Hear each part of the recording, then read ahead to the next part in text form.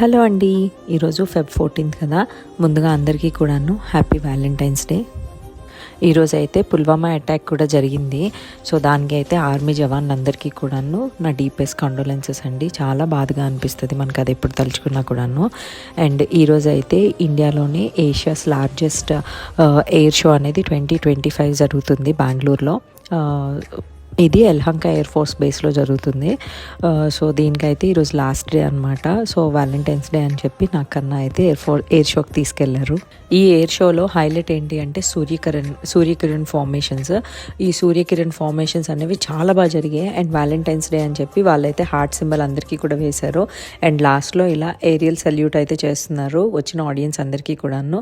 అది అయిపోయిన తర్వాత అక్కడే మేము మీల్ కూడా తీసుకొని ఇంకా రిటర్న్ వస్తున్నప్పుడు కన్నాకి వ్యాలంటైన్స్ డే అని రోజెస్ తీసుకున్నాను నేను.